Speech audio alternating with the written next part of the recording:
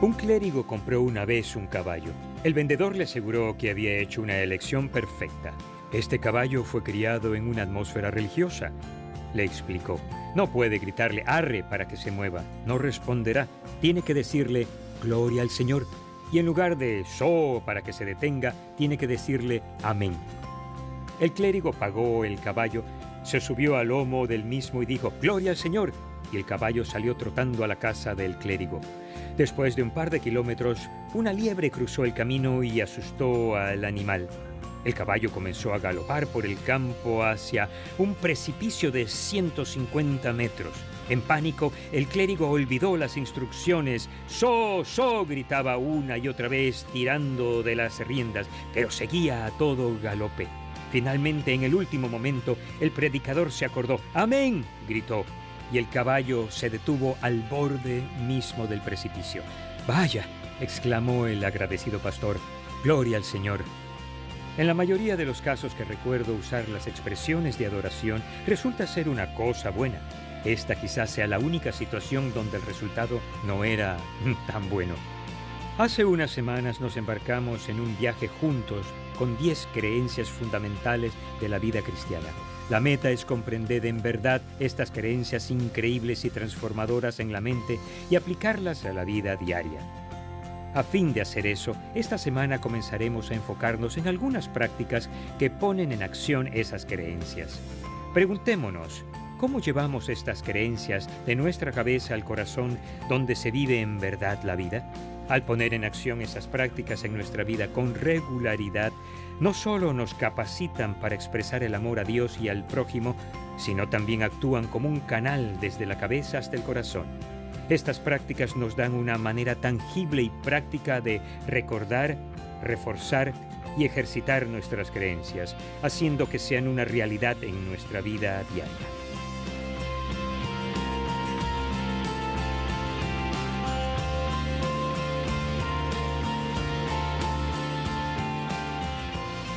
La primera práctica que quisiera ver es la adoración. Aquí nos hacemos la pregunta clave: ¿cómo honro a Dios del modo en que se merece? Te digo que esto va más allá de enseñarle a un caballo a responder a órdenes de adoración. Al leer los principios de la Biblia sobre la adoración y ver cómo los ponen en práctica los seguidores de Dios del Antiguo y el Nuevo Testamento, llegamos a esta idea clave. Adoro a Dios por quien es Él y lo que ha hecho por mí. Dilo en voz alta conmigo: adoro a Dios por quien es Él y lo que ha hecho por mí. Uno de mis ejemplos favoritos proviene de la vida de un hombre llamado Pablo y su compañero en el ministerio, Silas. Ellos viajaban de ciudad en ciudad cumpliendo la comisión de Jesús de llevar el evangelio del reino hasta los confines de la tierra. Cuando llegan a la ciudad de Filipos, se encuentran en una situación difícil.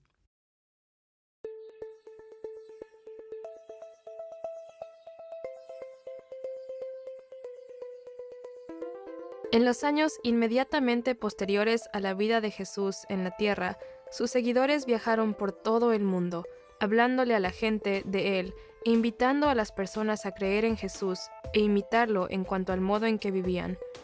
Uno de los seguidores más conocidos era un hombre llamado Pablo. Anteriormente en su vida, Pablo había perseguido a los que creían en Jesús, enviándolos a la cárcel. Sin embargo, Pablo más tarde tuvo un encuentro con Dios y se convirtió él mismo en creyente. Dios llamó entonces a Pablo a viajar por muchas zonas diferentes del Imperio Romano. Él iba con frecuencia a las sinagogas judías en cada ciudad para enseñarles a las personas sobre Jesús. Algunos de los líderes religiosos de alto rango se sintieron amenazados por Pablo y su mensaje y comenzaron a tramar maneras de matarlo. En una ocasión, cuando Pablo, su compañero de viaje Silas y algunos de sus amigos iban caminando para reunirse con un grupo de otros creyentes, fueron seguidos por una esclava. La muchacha tenía un espíritu en ella que le daba la capacidad de predecir el futuro y ganaba grandes cantidades de dinero para sus amos, adivinando el porvenir.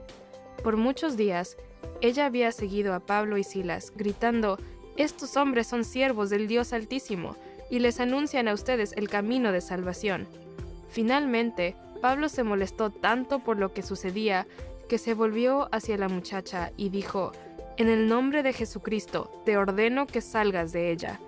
Y en ese momento el espíritu dejó a la joven. Cuando los amos de la muchacha se dieron cuenta de que no podían ganar más dinero utilizándola, agarraron a Pablo y Silas, los llevaron ante los tribunales de la ciudad y los acusaron de provocar una conmoción en las calles.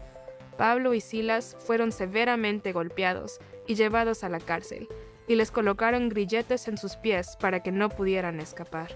Entonces, avanzada la noche, Pablo y Silas comenzaron a orar y cantar cantos a Dios con una voz tan fuerte que los otros prisioneros los escuchaban.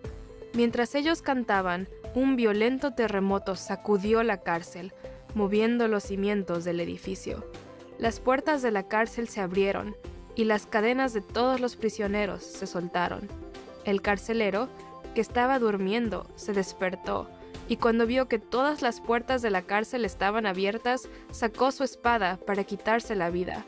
Sin embargo, Pablo gritó: «No te hagas ningún daño, todos estamos aquí». El carcelero se apresuró a la celda de la cárcel y se arrodilló delante de Pablo y Silas. «Señores, ¿qué tengo que hacer para ser salvo?», les preguntó. Pablo y Silas le respondieron: «Cree en el Señor Jesús, así tú y tu familia serán salvos». Entonces les hablaron al hombre y a su familia sobre Dios y Jesús. El carcelero limpió las heridas de Pablo y Silas, y él y toda su familia fueron bautizados, creyendo lo que les habían dicho. Finalmente, este hombre llevó a Pablo y Silas a su casa y les dio de comer. El carcelero estaba lleno de alegría porque él y toda su familia habían llegado a creer en Dios.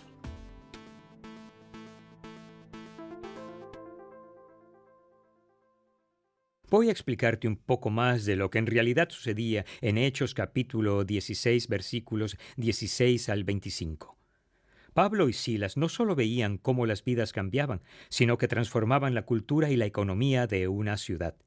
El Evangelio, cuando se acepta en el corazón, crea cambios integrales en la vida y los lugares donde vivimos a todo nivel. Por eso los desnudaron, los golpearon con varas y los flagelaron. ¿Recuerdas a otro flagelado? Adivinaste, Jesús. La flagelación romana era brutal. El instrumento de castigo consistía en un látigo con varias tiras de cuero en las cuales se colocaban cerca de los extremos pedazos de hueso y plomo. Cada golpe sobre la espalda desnuda literalmente hacía que se abriera la carne en el cuerpo. Luego de esto, Pablo y Silas fueron llevados a la cárcel. En ese punto, la mayoría reconsideraríamos el nivel de nuestro compromiso con Dios. No Pablo y Silas. A medianoche comenzaron a orar y entonar cantos a Dios. ¿Qué pasaba por la mente de estos dos hombres que causó este tipo de actividad? Luego, Pablo escribiría una carta a los romanos y en esencia les diría: a la vista de todo lo que Dios ha hecho por nosotros, solo es razonable que le entreguemos nuestra vida como un sacrificio vivo a Él. Pablo y Silas consideraron lo que acababan de experimentar y lo que Dios ya había hecho antes por ellos y prometía aún hacer por ellos, concluyendo que Él era más grande, y comenzaron a cantar. Tenía sentido para ellos y tal vez hizo que los otros prisioneros se rascaran la cabeza y pensaran. Pero creo que aquí sucede algo más. La práctica de la adoración, recordando quién es Dios y lo que ha hecho por ellos, realmente los ayuda a llevar estas creencias de la cabeza al corazón y les da la valentía para poder cantar. Dios está a punto de hacer algo más por ellos que será añadido a su próximo servicio de adoración. Hechos capítulo 16, versículo 26. De repente se produjo un terremoto tan fuerte que la cárcel se estremeció hasta sus cimientos. Al instante se abrieron todas las puertas y a los presos se les soltaron las cadenas. Menuda escena para contemplar.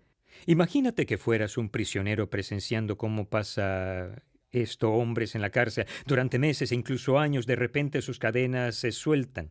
¡Qué espectáculo! Y qué recordatorio de que la sincera adoración a Dios con nuestros labios en nuestra vida tiene un potente impacto en quienes nos rodean. ¿Puedes imaginar la historia que el carcelero contó a amigos y familiares? Sigamos leyendo Hechos 16, 27 al 34. El carcelero despertó y al ver las puertas de la cárcel de par en par, sacó la espada y estuvo a punto de matarse, porque pensaba que los presos se habían escapado. Pero Pablo le gritó: «No te hagas ningún daño, todos estamos aquí». El carcelero pidió luz, entró precipitadamente y se echó temblando a los pies de Pablo y de Silas. Luego los sacó y les preguntó: «Señores, ¿qué tengo que hacer para ser salvo?» «Cree en el Señor Jesús, así tú y tu familia serán salvos», le contestaron.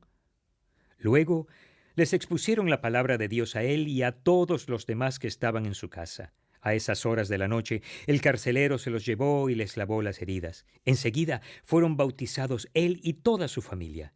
El carcelero los llevó a su casa, les sirvió comida y se alegró mucho, junto con toda su familia, por haber creído en Dios. Pablo y Silas y la familia del carcelero no fueron los únicos que experimentaron el poder de la adoración. Piensa en el canto del salmista en el versículo clave. Vengan, cantemos con júbilo al Señor, aclamemos a la roca de nuestra salvación. Lleguemos ante Él con acción de gracias, aclamémoslo con cánticos. La mayoría de los que hacemos este estudio no nos enfrentamos a la persecución que Pablo y Silas sufrieron, pero hay cristianos en el mundo que sí la sufren. Los llamamos la iglesia perseguida.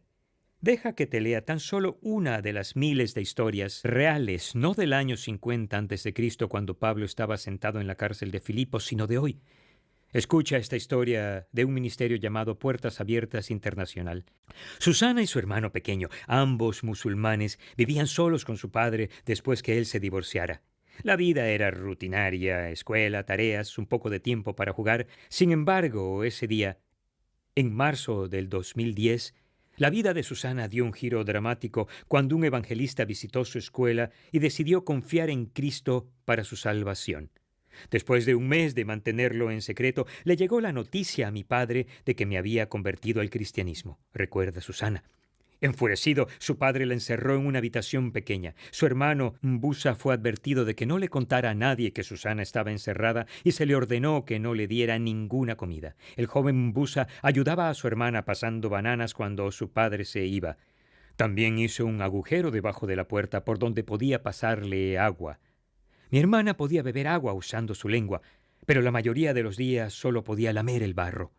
Durante 6 largos meses, Susana nunca vio la luz del sol. Una vecina cercana empezó a preocuparse después de no verla. Finalmente, cuando Mbusa tuvo miedo de que su hermana muriera, le dijo a la vecina que Susana se hallaba encerrada en una de las habitaciones. Al alertar a las autoridades, la policía fue a la vivienda y derribó la puerta. Rescataron a Susana y la llevaron a un hospital cercano. Por su difícil situación, Susana perdió el uso de sus piernas. Luego de pasar los 10 meses en una cama del hospital recuperándose, Susana fue llevada a una casa en Kenia. Al vivir ahora con un obrero de Puertas Abiertas y su familia, su amor por el Señor ha crecido. Cuando le preguntan cómo se siente, responde con confianza: «Estoy feliz y no tengo dolor. Nunca dejaré a mi Jesús, quien murió por mí». Aunque los meses de tortura fueron horribles, Susana ha perdonado a su padre y pide solo 2 cosas: poder volver a caminar para hablarles a otros a Jesús y salvación para su padre. Creo, en cierto modo, que las libertades para adorar a Dios con frecuencia debilitan nuestra fe, haciendo que seamos un poco apáticos y tibios. Pero no tiene que ser así. ¿Qué tal si nos unimos a fin de mejorar realmente la práctica de la adoración? Si estás de acuerdo, grita: «¡Lo estoy!». Creo que lo escuché. Adelante.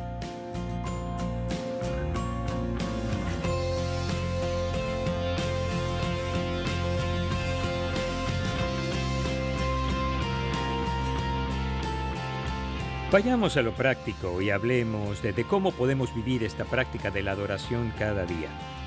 Número 1. Reconozco diariamente a Dios por quien es Él y lo que ha hecho por mí. Número 2. Adoro a Dios en privado y colectivamente con los cantos que entono, las palabras que digo y el modo en que vivo mi vida. Te desafío a que revises las 10 creencias de las que hemos hablado o las 5 primeras. Repasa las ideas clave y di en alto los versículos clave al levantarte, de camino a donde quiera que vayas y al ir a la cama. Busca cantos que declaren estas verdades y entónalos en voz alta. Cántalos al despertarte en la mañana. Sé de esas personas locas que cantan en voz alta en el auto. Cántale suavemente al Señor antes de dormir. La última manera que podemos aplicar la práctica de la adoración a la vida es haciendo algo que la mayoría olvida, pero es inmenso. Número 3. Cuando le atribuyo valía a Dios como su Hijo, una valía inmerecida me es atribuida a mí. La palabra adorar significa atribuirle valía a alguien o a algo. Siempre que le atribuimos valía a Dios por quien es Él y lo que ha hecho por nosotros, recordamos que una de las cosas que ha hecho por nosotros es darnos el derecho a ser llamados hijos de Dios y herederos de toda su herencia. Cuando reconocemos que Dios es digno, le da la vuelta a la situación y nos recuerda lo dignos que somos para Él. En Salmos 95 el adorador canta: porque el Señor es el gran Dios, el gran Rey sobre todos los dioses. Vengan, postrémonos reverentes, doblemos la rodilla ante el Señor nuestro Hacedor, porque Él es nuestro Dios y nosotros somos el pueblo de su prado. Somos un rebaño bajo su cuidado. Un increíble resultado de adorar a Dios por quien es Él y lo que ha hecho por nosotros es un incremento en lo valiosos que somos para Él. Somos el pueblo de Dios. Eso, amigo, debería infundirnos gran alegría y confianza para enfrentar cada día. Si necesitamos autoestima, sumérgete en un poco de estima de Dios. Si crees eso, di: gloria al Señor.